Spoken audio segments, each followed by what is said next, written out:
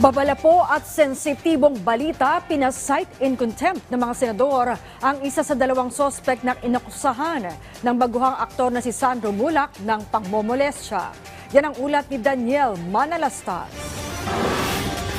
Bagamat virtual lamang, humarap na sa pagdinig ng Senate Committee on Public Information and Mass Media si Sandro Mulak, ang umano'y na biktima ng pang-aabuso. Ang mga tinuturong salarin naman, physically present sa pagdinig. Bagamat halatang kinakabahan, sinubukan pa rin ipadetalye sa kanya ng mga senador ang nangyari. Who texted first? Si Jojo Nones po. Nag-message po siya sa akin ng 3:59 AM. Sabi po niya sa akin, "So you kanina, didn't get to say hi. Nakauwi ka na ba?" Nag-reply po ako. Sabi ko po, "Sir Jojo, sorry po.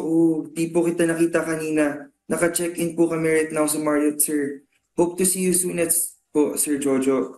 Tapos nag-reply po siya sa akin, "Enjoy, still partying. Sino kasama mo?" Sabi niya, "Nabitin ako sa inom." Napasabi rin po ako na ako nga din po eh. Then nag-reply po siya sa akin na, "Yes soon, ikas kita. Nagdidirect ako now." Napagdesisyon na ng komite na magsagawa ng executive session dahil sa mga sensitibong paksang pinag-uusapan. Pero sa pagbabalik sa pagdinig, sinubukan pa rin ipadetalye kay Sandro Mulak ang mga nangyari at dito na nadiin si Jojo Nones, ang GMA independent contractor na isa sa nirereklamo. Tuloy-tuloy ang pag-inom mo ng wine. Hanggat malasing ka. Nanghina ka ba? Yes po, Your Honor. Nung pinapasinghot ka nitong dalawa, ano nararamdaman mo? Were you high? Nanghina ka ba? Namanid po ako, Your Honor. Hindi po ako nag-lie down. Hinila po ako sa bed. Hinila ka sa bed? Yes po, Your Honor. Sino nang hila sa'yo sa bed? Jojo Nones po, Your Honor. You were sexually harassed? Yes po, Your Honor. Tinanggi ni Nones ang mga akusasyon ni Sandro Mulak. You deny?